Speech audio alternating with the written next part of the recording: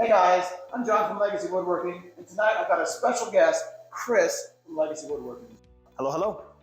In our last video for Shop Tips, we built a little tool organizer to help us keep our bits organized when we're working on new parts and stuff.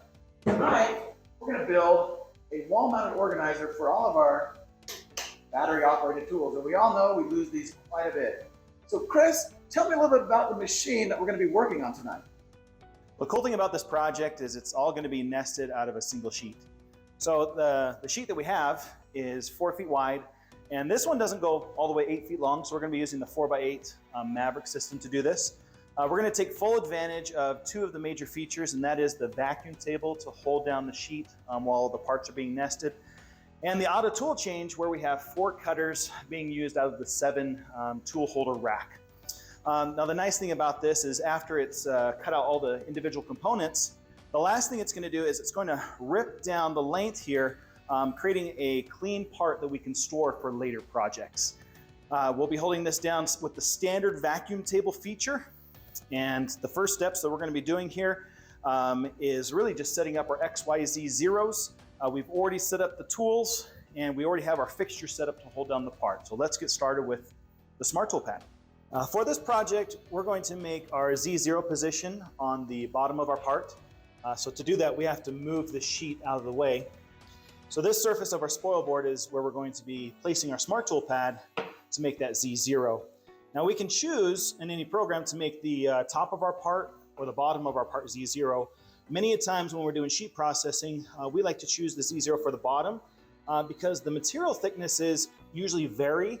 And that way, if we choose the Z0 on the bottom, we can control how deep the cutter comes and cuts into the spoil board table to maximize the lifespan of our spoil board, especially when we're cutting out parts like this. So let's line this up.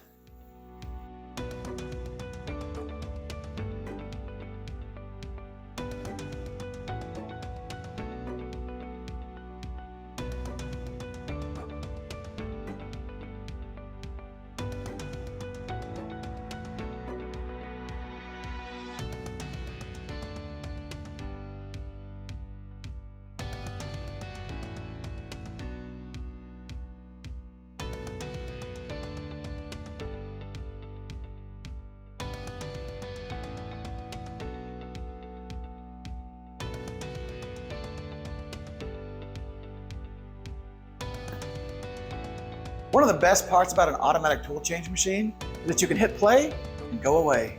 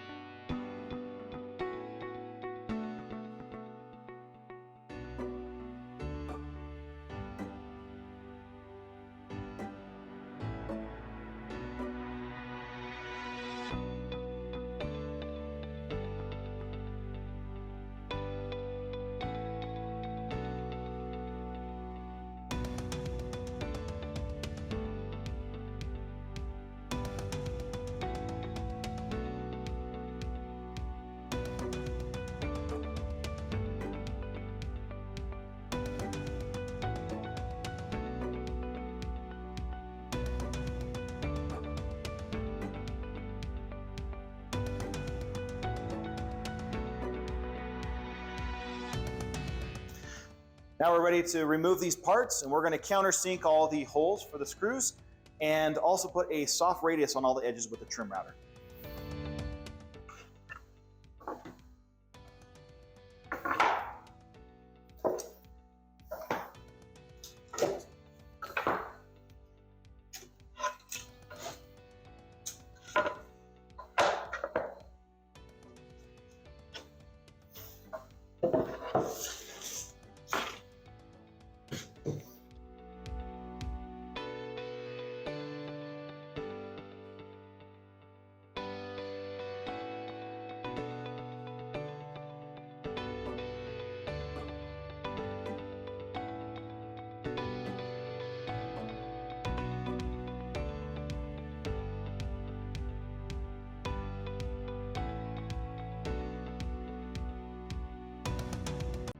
All right, to put this together, you're gonna need a couple of clamps, drill with the screw tip in it, number 2, 2 different sizes screws, 1 inch and 1 5/8, and possibly a mallet with just a little bit of persuasion. All right, let's get that back on.